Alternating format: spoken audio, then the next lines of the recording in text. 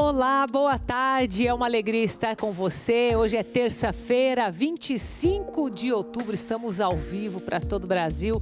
Começando a partir de agora o programa A Vida em Foco, trazendo para você muita informação de qualidade aí na tua casa.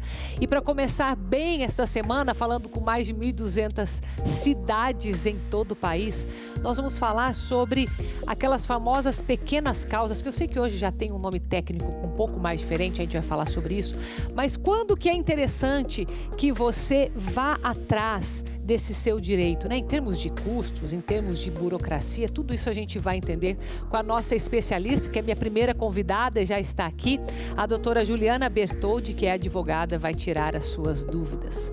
Também vamos falar sobre fobias. Você vai entender quais que são as principais fobias e de que forma que elas afetam o seu dia a dia. E principalmente como que você pode superá-las, né? Que acho que isso é o mais importante. E também vamos dar sinais de alerta para você com a sua saúde em relação aos seus olhos. Catarata tem sim alguns sintomas, alguns sinais que podem ser de extrema importância para a tua saúde. Então fique com a gente, está começando o programa A Vida em Foco.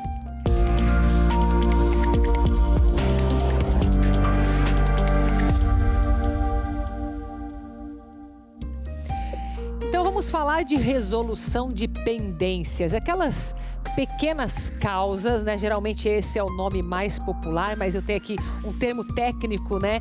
Que até a doutora Juliana já me corrigiu, juizado especial é o termo certo, né? Seja bem-vinda, doutora Juliana Bertoldi, tudo bem? Tudo ótimo, muito obrigada pelo convite, eu estou muito feliz de estar aqui para ter essa conversa, que é tão importante, né? Que os cidadãos conheçam os seus direitos e entendam como funciona o que hoje a gente chama, na verdade, de juizado especial. Juizado especial é as pequenas causas que é o mais popular, digamos. Perfeitamente, né? É o que está ali regido pela Lei 9.099, de 99, que é a legislação que vai cuidar, então, desses processos que têm um valor, né, um pouco menor, ou até mesmo de crimes que têm uma pena um pouco mais baixa. Então também a gente entra tem nesse. Perfeitamente, o juizado especial civil e o juizado especial criminal. Em ambos juizados a gente vai trabalhar o que a gente chamava um dia, né, popularmente de pequenas causas. Entendi.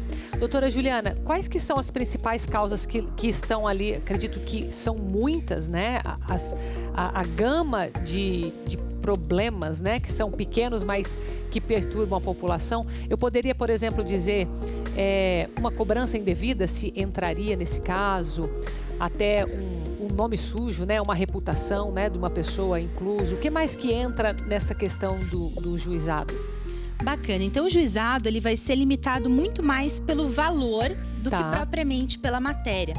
Então é importante que o cidadão consulte, né? Qual seria o valor total daquela dívida que está sendo cobrada de uma maneira indevida ou até mesmo da situação que ele está pretendendo enfrentar no juizado. As situações mais comuns que a gente vê no juizado civil envolve justamente questões de direito do consumidor, né? Então, às vezes, uma conta que veio uma cobrança duplicada ou uma cobrança indevida, um valor que está sendo cobrado ali dentro daquela fatura que não poderia constar, que está sendo realizado de maneira absolutamente abusiva, né? Então, normalmente no juizado civil é esse tipo de causa que a gente enfrenta. Ou é muito comum também a gente ver brigas de vizinhos, né? Questões condominiais. Também pode ser resolvida comuns. nessa instância. Perfeitamente. E você mencionou a questão do valor. Existe um teto nessa questão? Existe um teto, e agora eu vou ficar te devendo o valor exato, mas ele é em torno de 15 mil reais. Ele é em torno de 15 mil reais. Vai ser mais fácil e é para facilitar a burocracia ou não? Na verdade, como o procedimento do juizado especial ele é muito mais curto, né? Ele é muito mais célere. Existe essa limitação porque valores muito mais altos normalmente vão enfrentar questões muito mais complexas. Então o juizado ele foi feito para correr bem rapidinho e esse consumidor, esse cidadão que busca o juizado, conseguir ter uma resposta um pouco mais breve, um pouco mais rápida para aquele problema que não é um grande problema, né? É um problema um pouco mais localizado.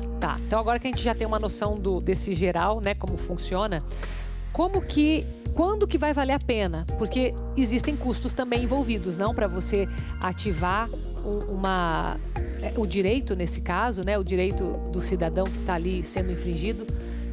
que custos que estão envolvidos, o que ele tem que fazer de conta para falar, não, eu vou entrar ou antes eu vou tentar uma negociação, né? O que é o caminho, assim, mais indicado? Muito legal. Então, assim, tudo no juizado, seja juizado especial criminal ou civil, vai tentar levar para um espaço de conciliação.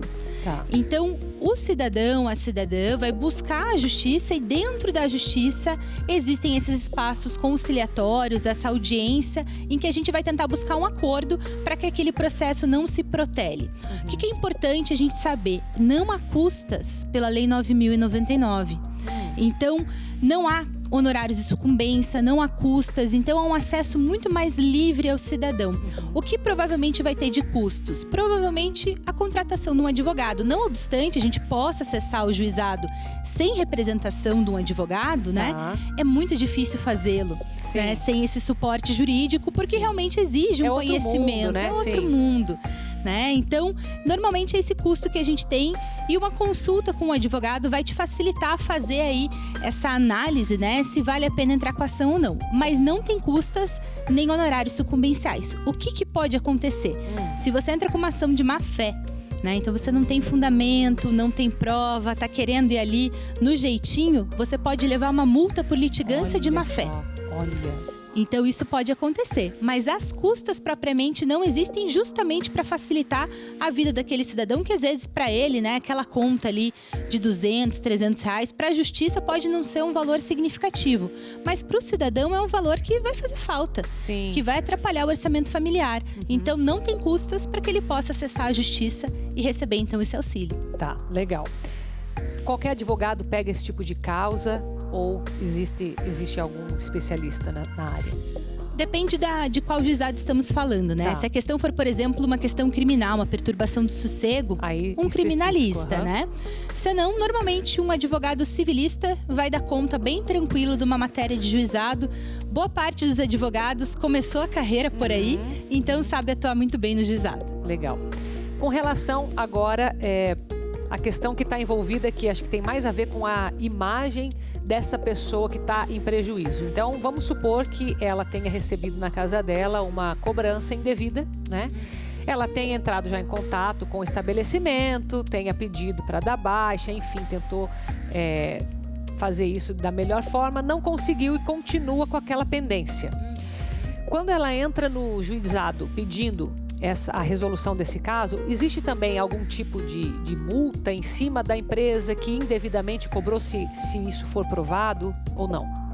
Bacana. Foi até bacana que a gente voltou nesse assunto da cobrança indevida, porque antes, entre esses dois caminhos, né, o cidadão e a cidadã têm uma solução muito interessante que é o PROCON. Então, o PROCON trabalha de uma maneira muito bacana nesse tipo de caso, sem qualquer tipo de custa e sem a necessidade de um advogado. Então, pode ser uma solução mais fácil ainda, mais fácil e mais prática ainda. Né? Então, nesse tipo de casos, às vezes vale a pena procurar o PROCON. E eu falei do PROCON e esqueci da sua pergunta agora. Com relação a algum tipo de multa para o estabelecimento? Perfeitamente. O estabelecimento que realiza a cobrança pela legislação brasileira pode ser cobrado em dobro.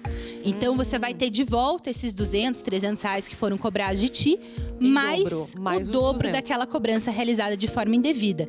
Então, muitas vezes, vale a pena sim ir atrás dos seus direitos. Não obstante seja uma chateação, né? Para muitos de nós é um problema mais para resolver. Mas vale a pena até para que aquele estabelecimento não passe a se valer desse tipo de estratégia, né? Para fazer um dinheiro de uma forma que é absolutamente ilícita. Com certeza. E se houver a perda da causa? Não teve má fé, mas houver a perda, tem que pagar também uma multa ou não? A pessoa que entrou com a ação? Não há custas e também não há o que a gente chama de honorários sucumbenciais. Quando a gente perde uma ação na justiça comum, a gente fica devendo uma parcela de honorários, além daquilo que a gente tem que eventualmente pagar, se nós fôssemos a parte que está sendo demandada, né? A gente paga ali os honorários sucumbenciais, que são os honorários do advogado da outra parte. Não há multa, não há honorários sucumbenciais, justamente para facilitar o acesso à justiça.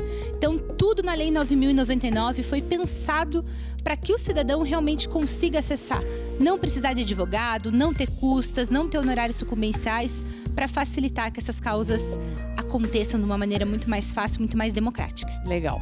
Agora vamos um pouco para o como isso é executado. Então, a pessoa está lá com o problema dela, ela tentou resolver o primeiro passo diretamente com o estabelecimento, né? Não conseguindo ali, ela entra em contato com o PROCON, que eu sei que tem telefone, que pela internet consegue contato fácil, né? Se ela não conseguiu, e ela vai ter que ir para o juizado. Ela tem como acessar pela internet, existe um telefone, ela tem que ir presencialmente. Como que está esse trâmite? Muito legal. Como eu sei que a gente fala para o Brasil inteiro, né? É importante a gente ressaltar que pelo Brasil a gente tem tribunais com estruturas diferentes. Tá. Então, às vezes, a orientação que eu dou que funciona aqui para Curitiba... vai ser diferente em outros locais. Vai ser diferente em outros locais. Mas, normalmente, todo juizado especial vai ter um balcão em que você consegue ir presencialmente e falar, olha, eu gostaria de iniciar uma ação, mesmo sem um advogado. Se você tem um advogado, ele vai distribuir a ação no processo ali, dentro do contexto que aquele estado efetivamente oferece, né? Então, aqui no Paraná, por exemplo, a gente tem o sistema Projude. No Rio de Janeiro, a gente tem um sistema que chama PJE. Então, o próprio advogado, dentro do sistema, consegue distribuir. Mas a pessoa física, normalmente, tem que ir presencialmente. Entendi. Então, já é uma facilidade também do advogado, ele consegue de uma outra forma. Consegue de uma outra forma, né? Teria que ser presencialmente. Exatamente. Tá. Eu tinha uma pergunta para você. No caso... esqueci minha pergunta. Mas era com relação à Defensoria Pública. Como que funciona? Legal. Novamente, cada estado tem uma estrutura diferente de Defensoria Pública, né? Isso é bem interessante. Aqui no Paraná, nossa Defensoria é bastante recente, né? Ela é muito menos equipada, vamos assim dizer, do que defensorias de outros estados. Não obstante, os defensores sejam muito bravos guerreiros, né? De trabalhar com essa estrutura mais jovem, mais recente. Mas a Defensoria, ela tem um limite financeiro com relação ao quanto a pessoa ganha. Então, eu, por exemplo, e cada defensoria vai ter um funcionamento muito próprio, a depender do salário que eu tenho, da condição financeira da minha família, eu não consigo acessar a Defensoria Pública. E a depender da estrutura da Defensoria Pública naquele estado, ela não atende às causas menores. Ela vai atender causas de família, vai atender causas criminais, mas não necessariamente ela vai atuar nesses juizados especiais, né? A exceção do juizado de violência contra a mulher, que não é um juizado especial, mas leva o nome juizado, eu não consigo me recordar de uma outra estrutura de juizado que tenha o suporte da Defensoria Pública. Então, justamente porque o cidadão pode acessar, né, de maneira independente. Então, talvez seja até uma escolha financeira por parte da estruturação da Defensoria, que não consegue dar conta, infelizmente, de todas as demandas. Com certeza. Você tem uma ideia de que tipo de documentos que eles pedem para dar início a um processo desse? Com certeza. Então, é muito importante que o cidadão que procura a Defensoria Pública, ele tenha um comprovante de residência, um documento pessoal com foto. Então, pode ser um RG, pode ser um passaporte, pode ser uma carteira profissional, né, do CREA, enfim, para que ele consiga se identificar. E os documentos que provem o alegado. Então, por exemplo, estou falando de uma cobrança indevida, eu tenho que aparecer lá com o boleto certinho. Pode ser o boleto, pode ser a fatura, o contrato que foi firmado. Também, se for, O que tiver para conseguir provar aquele alegado. Então, os documentos pessoais, né, com as informações de qualificação. Então, nome, profissão, estado civil, endereço completinho, RG, CPF, é muito importante. Se tiver alguma troca de e-mail ou troca de mensagem de WhatsApp, vale também, não? Vale também. Ligação. Tudo que tiver de prova. É claro, né? A gente viu muitas decisões, isso rolou aí muito abertamente na internet, que não tá mais valendo prova de WhatsApp. Tá valendo sim, é uma prova muito mais circunstancial, você vai precisar de mais provas para mostrar. Não é só aquilo ali, né? Exatamente. Então, o WhatsApp, às vezes o e-mail é importante para a gente conseguir contextualizar, para mostrar que o cidadão tentou resolver por outros meios e a empresa não prestou essa tutela aí que era necessária. Entendi. Muito boa a nossa conversa, viu? Doutora Juliana está lá no Instagram também, tá aparecendo para você aí o Instagram dela. E eu agradeço você, foi muito boa a nossa conversa. Sempre bem-vinda, tá? Eu que agradeço de coração, foi um super prazer. Contem sempre comigo, eu tô à disposição. Eu que agradeço. Agora vem comigo para você se programar na sua próxima viagem, que vai ser este ano, em dezembro, do dia 3 ao dia 9. Tá aí praticamente, né? Comecinho de dezembro, primeira semana para você conseguir se programar. E nós sairemos aqui de Curitiba, então eu sei que eu tô falando com todo o Brasil aqui, mas é importante esse detalhe para você, tá? Saindo de Curitiba de ônibus, indo até Campos do Jordão. Nós vamos sair para evangelizar, conhecer a riqueza cultural e também turismo religioso que nós temos aqui no Brasil, começando por ali pelo interior de São Paulo. Nós vamos passar pela Casa da Mãe, Nossa Senhora Aparecida. Vamos passar por Frei Galvão, você vai conhecer as pílulas de Frei Galvão. Inclusive, sabia que, por exemplo, hoje, de qualquer lugar do Brasil, você pode ter acesso a essas pílulas, se você conhece a história, só por correio. Mas você que vai estar lá vai conhecer bem a história e vai conseguir voltar com as suas pílulas também. Você vai entender que a gente vai fazer esse passeio por lá. E além disso, você vai ter toda a parte turística, gastronômica, todos os detalhezinhos que nós estamos pensando para marcar esse fim de ano, para você poder agradecer tudo que você viveu, poder planejar o teu próximo, teus pedidos também de orações que você vai levar para esses lugares que são maravilhosos, tá? Então tá aí o número para você, 419-9965-0377. Vem comigo e com a Libermundo nessa viagem que você vai adorar. Depois do intervalo, nós vamos falar sobre fobias, os medos em excesso. Vamos entender quais são eles e como lidar, principalmente. Já eu volto.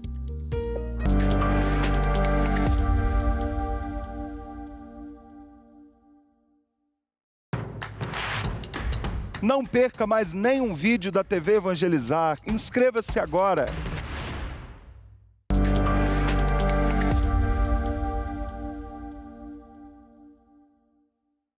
Já estamos de volta com o programa A Vida em Foco desta terça-feira para falar da sua saúde mental. Como que você está inserido nessa questão dos medos?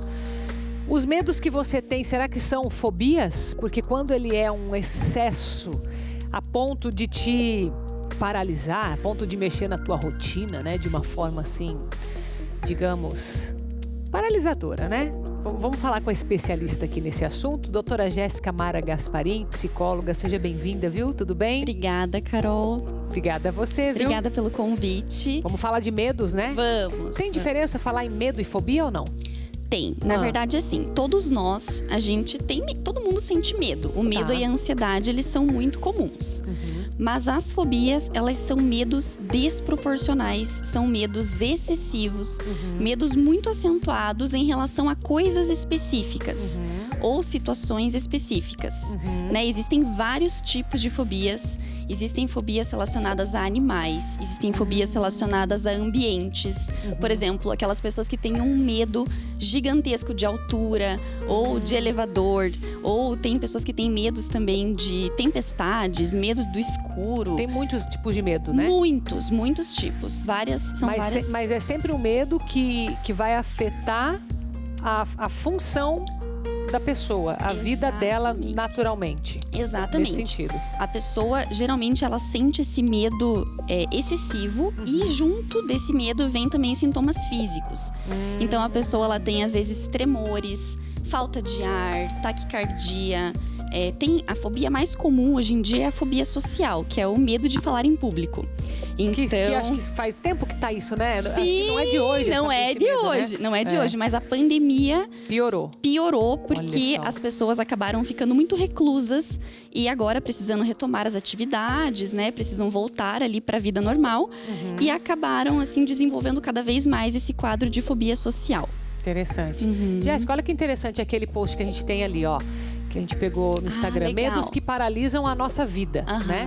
Então tem medo do desconhecido. Nossa, esse desconhecido seria o quê? É uma pessoa que ela tá pensando no futuro e de repente ela não sabe o que vai vir. É mais ou menos nesse sentido? Isso. Eu não sei o que esperar. É o medo do desconhecido e nisso já vem uma carga de ansiedade, assim, antecipatória, porque só de imaginar uma coisa nova, a pessoa já começa a ficar ansiosa, já começa a imaginar uma catástrofe ali, né? O mundo mental aqui da pessoa realmente pensa no pior, no pior que pode acontecer. Ou seja, o desconhecido, na verdade, tem um rosto para ela. Tem um rosto. Tem uma forma, só que talvez não esteja claro. Não esteja claro. E aí ela tenta controlar aquilo, mas como é uma coisa nova que foge do controle, realmente ela não a pessoa sabe como lidar, não sabe como lidar. Exatamente. Depois, olha lá o que você falou, medo de se expor, que é um dos maiores, né?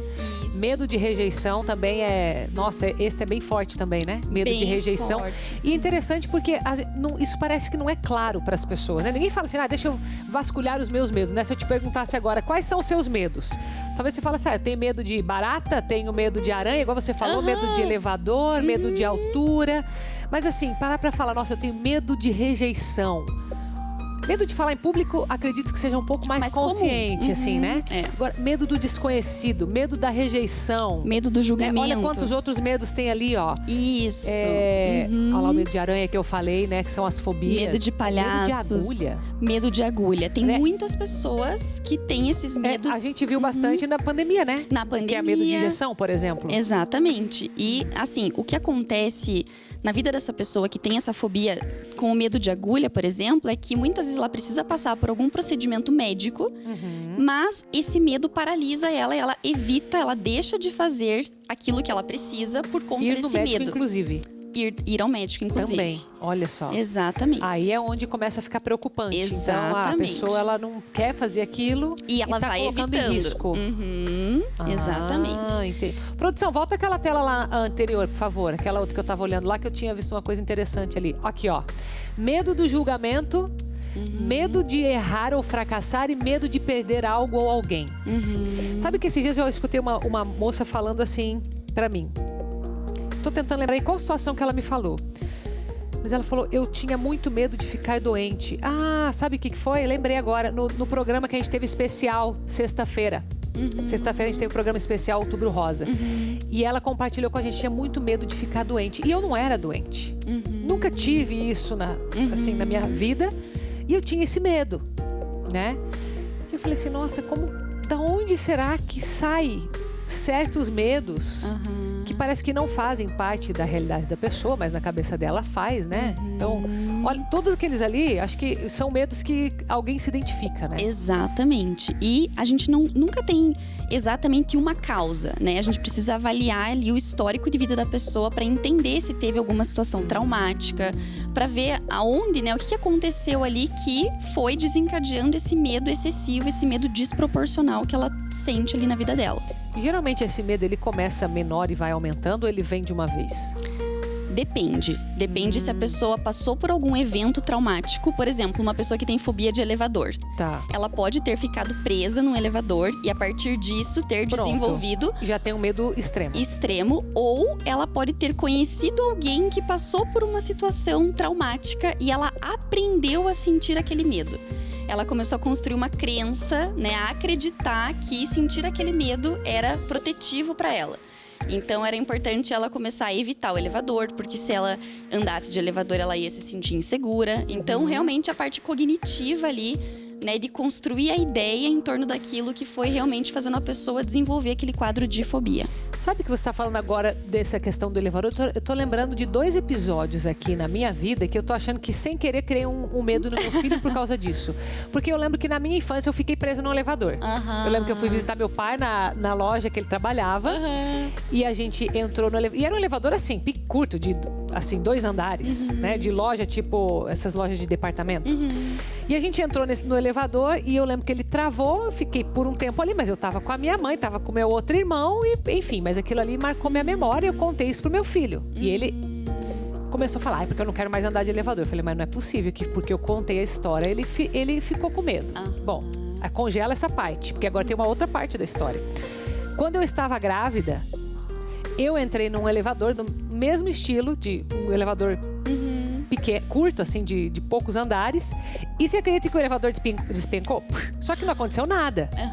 Só que foram duas evidências, duas situações. Aí eu fiquei pensando, será que a história junto com isso... Porque só a história você acha que seria o suficiente ou não? Depende muito também da personalidade da pessoa, né? Se a pessoa já tem uma tendência a ser muito preocupada, a ser muito, assim, ansiosa, insegura, ansiosa pensando... e tal. É um conjunto, né? Um conjunto de vários tem fatores. Tem a ver até com a personalidade ali, da pessoa. Tem a ver com a personalidade também. Então, por isso que tem que avaliar realmente individual, né? Ali o caso bem específico para entender o contexto todo e poder ajudar a pessoa da melhor forma possível. Então, entender o contexto, entender a origem é importante para essa superação ou não é obrigatório? É importante, mas o que vai fazer toda a diferença é a pessoa realmente buscar uma ajuda profissional para tratar ali os prejuízos que ela está tendo na vida dela por conta desse medo.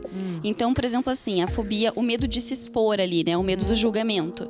Tem muitas pessoas que precisam trabalhar ali, às vezes precisam participar de reuniões, precisam se expor.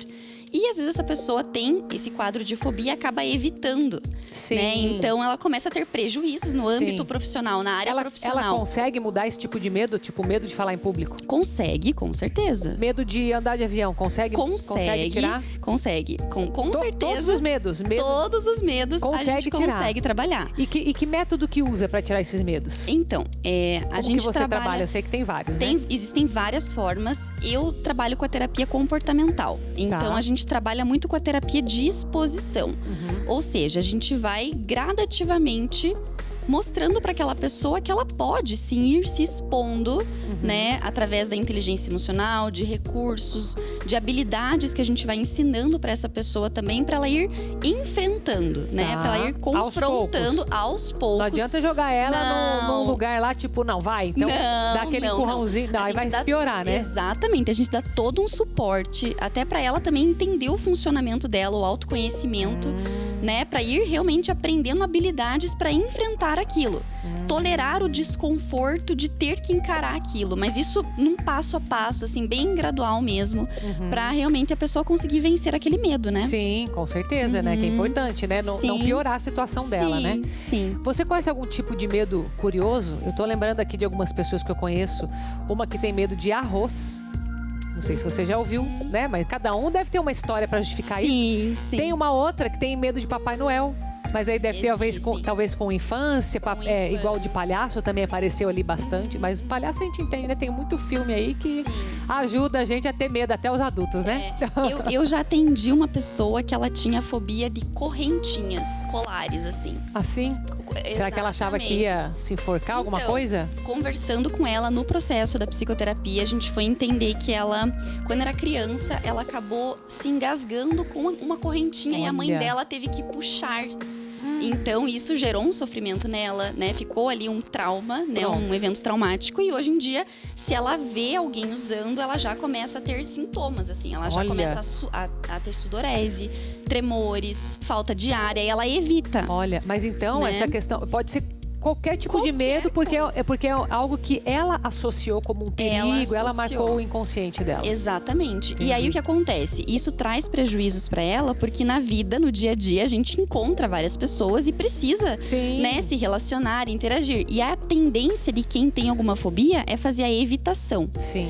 Então, se a pessoa ela tá sempre evitando tudo, como que ela vai até enfrentar aquele medo, né? Exatamente. E aí, é nesses casos que daí precisa realmente buscar ajuda pra ela, aos poucos, ir construindo uma nova crença, uma nova ideia sobre aquele objeto ali, que pra ela é um grande perigo, mas que na verdade... Com certeza. Né? Prepara teu Instagram, viu? Fica atenta lá que você vai ver que o pessoal vai te mandar mensagem. Tá aí, ó. Gé Gasparim, lá no Instagram, pra você tirar os seus medos, né? Que é importante isso. Isso mesmo. Muito obrigada, viu, pela tua presença. Sempre bem-vinda. Obrigada pelo convite. Obrigada a você. Agora eu quero compartilhar com você esse caso de um policial militar do Rio de Janeiro que está entre os concorrentes do Prêmio Jabuti 2022. Acompanhe. Esse é Carlos Eduardo Tavares, mais conhecido como Cadu. Ele serviu no Exército e há 22 anos é policial militar no Rio de Janeiro. Nas horas vagas, Cadu troca a arma pela caneta. E o que começou como um hobby, hoje virou um novo ofício. Há uns 40 anos eu vivo nesse mundo aí adoro esse mundo de desenho, né? Adoro desenho. Sempre gostei de desenho e também videogame, né? Sempre fui muito apaixonado. Senhor dos Anéis, Harry Potter, eu gosto muito, então a gente vai se inspirando. Eu entrei em 2000 e decidi ser policial militar para ajudar as pessoas, né? Eu acho que é uma profissão nobre, eu sempre gostei também, havia a figura do policial militar nos filmes dos anos 80, então tudo motivou. Vivendo todos os dias na pele a batalha do bem contra o mal, veio a inspiração. Da vontade que tem de ver o bem vencendo na vida real e também nos quadrinhos, o escritor publicou um livro com um final feliz. Na história aqui, tem os gigantes. E do outro lado são anões fraquinhos. Os anões constroem vários robôs, né? E falam que são monstros azuis ali, são monstros, né? Para ninguém chegar perto ali do vilarejo dos anões, né?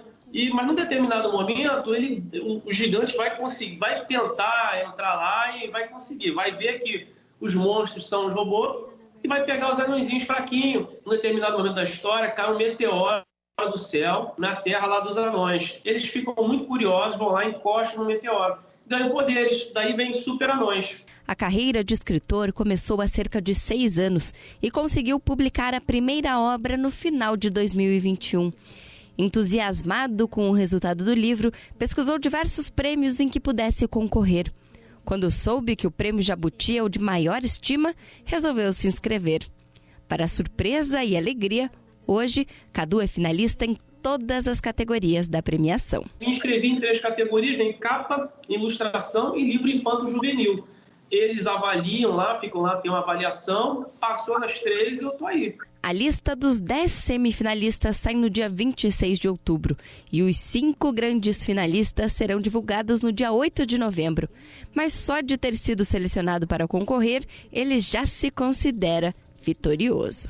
Só de você já estar concorrendo, para mim, já foi muito bom. É meu primeiro livro, então já fui aceito. Então, se sair entre os 10, eu vou ficar muito feliz, com certeza. Hora da gente fazer um intervalo bem rapidinho. Na volta vamos falar sobre a saúde dos seus olhos e você vai entender os sinais da catarata. Já eu volto.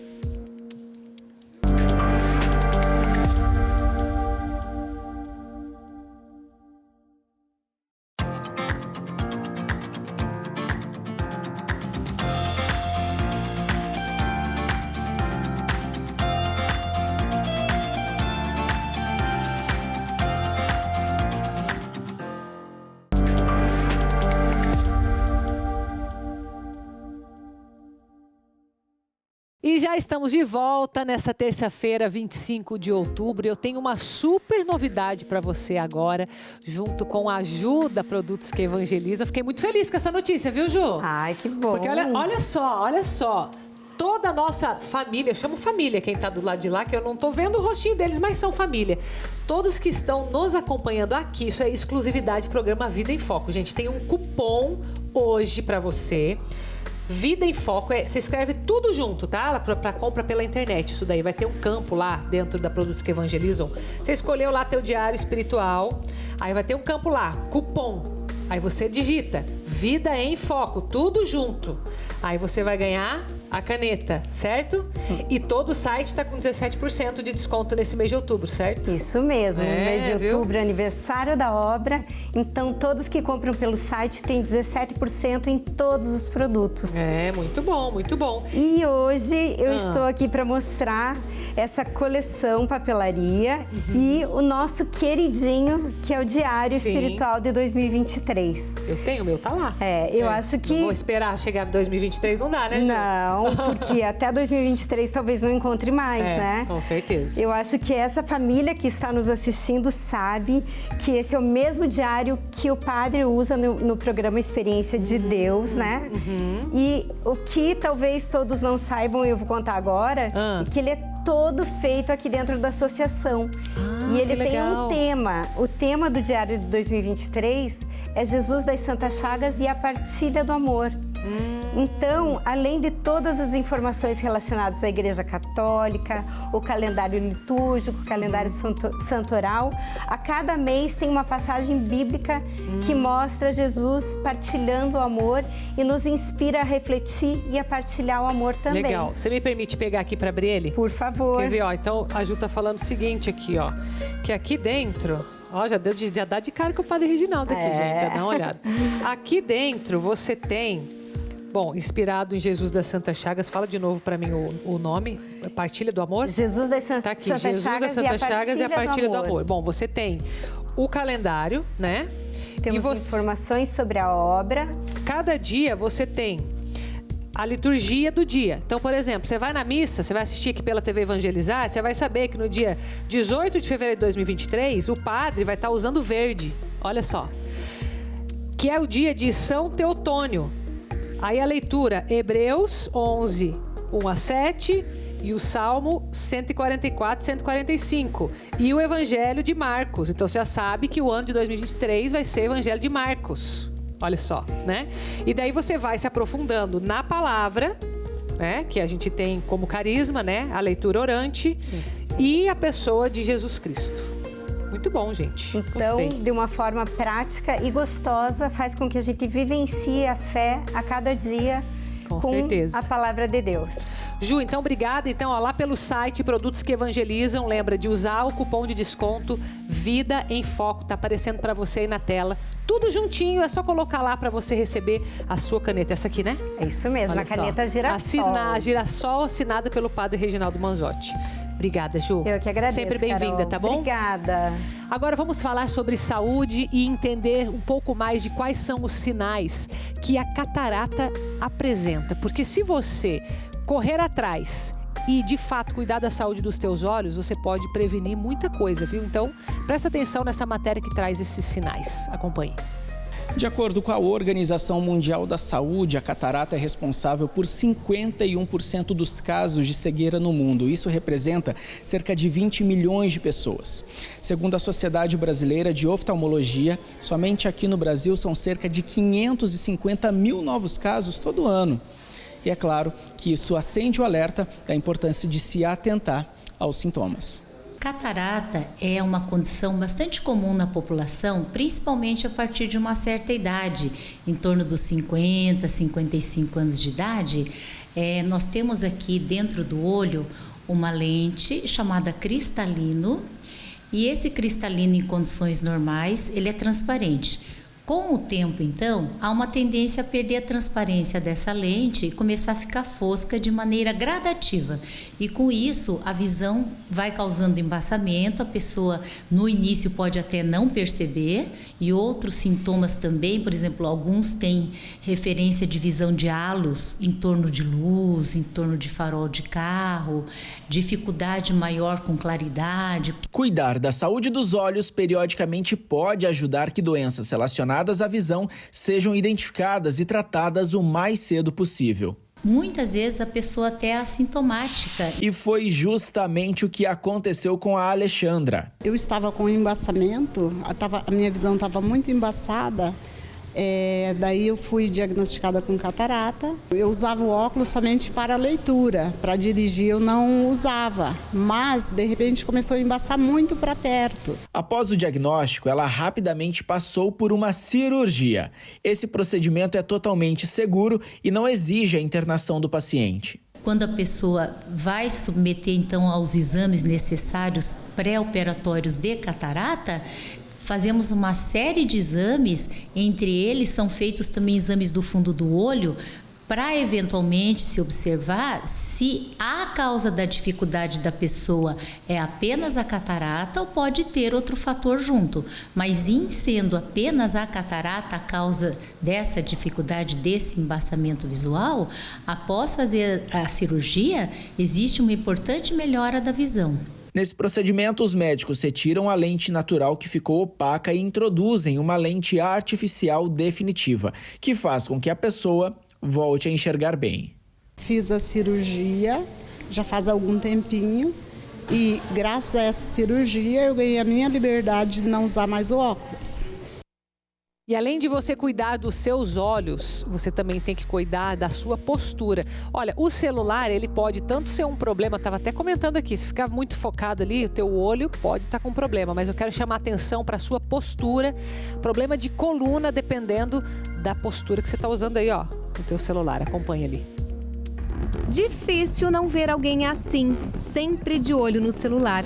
Mas será que as pessoas sabem quais são os danos que essa mania pode trazer? Você usa muito o celular durante o dia? Uso. Bastante? Bastante, muito mesmo. Você sabia que ficar usando o celular direto, assim, nessa posição, dá problema na coluna? Não sabia. Você fica muito tempo no celular durante o dia? Bastante tempo. Você sabia que esse hábito da gente ficar olhando muito para baixo pode dar problema na coluna cervical? Eu acredito, porque eu já tenho problema. Você já tem problema? Eu tenho problema. Vive doendo as minhas costas, minha coluna, o pescoço, vive doendo. Não sentiu nenhuma dor até hoje? Não, mas a gente sente desconforto quando tá sentado assim meio caído. Aí a gente tenta arrumar a postura um pouquinho. Já fez alguma coisa para mudar o hábito? Não consigo. Não consigo mudar. Não mesmo, é o tempo todo. É o tempo todo. Eu tô trabalhando, tô no celular e é o dia inteiro.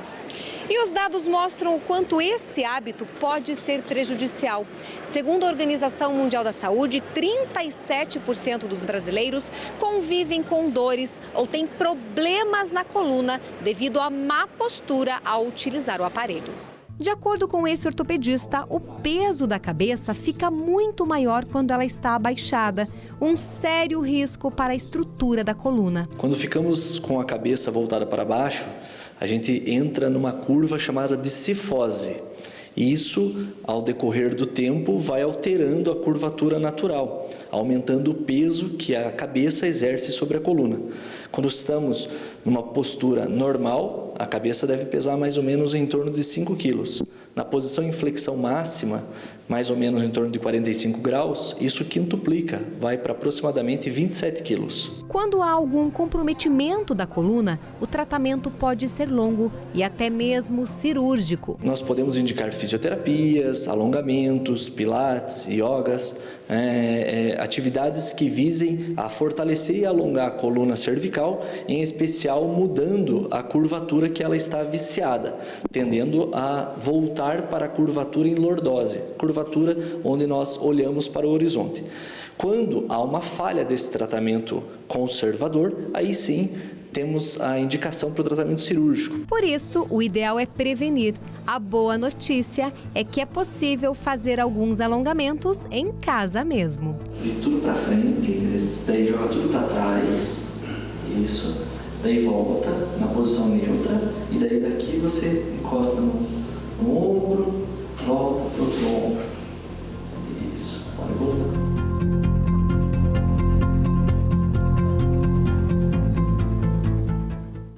A gente começa até a se mexer, né, na postura, assim, quando vê uma matéria dessa. Acho que é natural, o espelhamento que a gente faz. Quero mostrar para você esse artesão que está se destacando pelas suas habilidades com maquetes. Acompanhe. A plaquinha avisa: nessa obra não pode tocar, apenas apreciar e observar cada detalhe. E olha que eles são muitos, desde um marceneiro trabalhando, um ribeirinho pescando, um moinho de fubá, um monjolo, até um parque de diversão com rodas gigantes e carrosséis e um prédio com elevador e iluminação em cada andar tem por aqui. Tudo em miniatura. Essa maquete de quase 2 metros de comprimento começou a ser montada há 6 anos pelo seu Isaías e está cuidadosamente posicionada no quintal de casa. Para não ficar parado, sabe? Aí a gente foi começando, primeiramente foi o prédio. A gente fez o prédio, aí depois fez o prédio tudinho. Aí a gente começou a mexer com a parte da maquete. Aquele negócio veio na cabeça e falou, vou tentar fazer uma maquetinha, né? Quase tudo aqui foi feito com restos de madeira encontrados em entulhos de construção. Os movimentos sincronizados de cada peça são gerados pela força da água. O aposentado de 68 anos trabalhou a vida inteira com construção civil, mas as ideias para cada detalhe não vêm de nenhuma formação superior. São todas frutos da experiência de vida e que se tornam realidade depois de muita dedicação e paciência. Você tem que ter o sossego, paciência, igual você falou, e a gente vai tocando devagarzinho. Estragou um, você faz de novo, nada de ficar nervoso. Se você inventar que não está dando certo, você sai um pouquinho, aí refresca a mente, né? Você volta novamente, tudo volta ao normal, tudo funciona certo. A construção da maquete tem sido uma das principais atividades do seu Isaías desde que se aposentou. Todos os dias ele dedica um pouco do tempo para ajustar detalhes e criar novos elementos. E assim como a imaginação, a maquete também não tem limites. No ateliê, as mãos habilidosas dão forma a outra peça. Um prédio de 6 andares, com toques mais modernos, em breve vai compor a maquete. Eu era carpinteiro, então a gente via mais ou menos como é que ficavam os apartamentos no prédio. Então a gente via como é que ia fazendo lá e foi que surgiu a história de fazer o prédio, né? Mais do que ocupar o tempo livre, o trabalho com a obra tem contribuído para a saúde da mente. Ajudou a mente e outra coisa também é que é o seguinte, entrou essa epidemia que chegou agora, né? Então chegou a epidemia para você não ficar andando para lá e para cá na rua, correndo atrás que não tem de fazer. Aí a gente ficava o tempo passando aqui, né? Por esses e outros motivos, Parar é o único projeto que nem passa pela cabeça do seu Isaías. Parar, não vou parar, nem que não ponha nesse lugar aqui, mas a gente, um dia que pintar alguma coisa na cabeça, inventar e põe aqui, sabe? O problema da gente é manter a mente aqui sempre evoluindo. Porque se você parar, a cabeça pesa, então você tem que ter cabeça arejada, né? E olha só, hoje é dia do dentista, então parabéns para todos os dentistas. E por isso a gente quer conhecer mais sobre esse profissional, tema do nosso Evangelizar Ensina de hoje.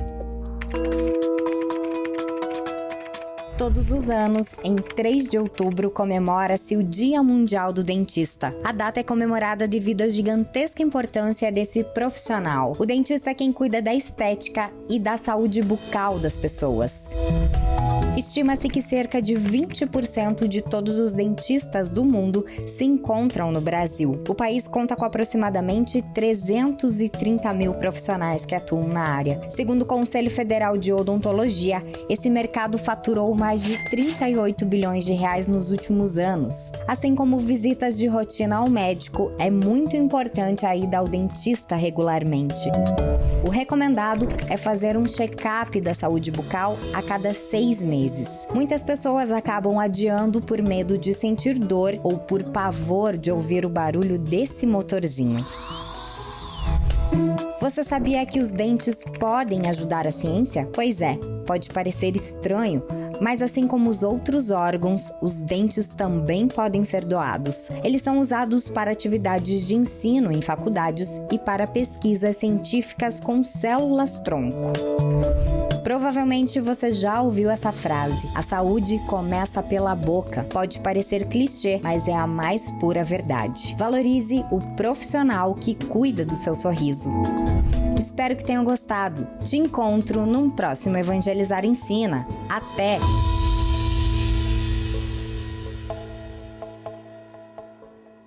Por hoje é isso. Amanhã a gente vai falar sobre tuberculose e sobre finanças para crianças. Você vai gostar do programa de amanhã. Então, eu te espero às 3h30 da tarde. Agora fique na companhia dela, Olga Bongiovanni, com as delícias do Divina Receita. Tchau, tchau. Fica com Deus.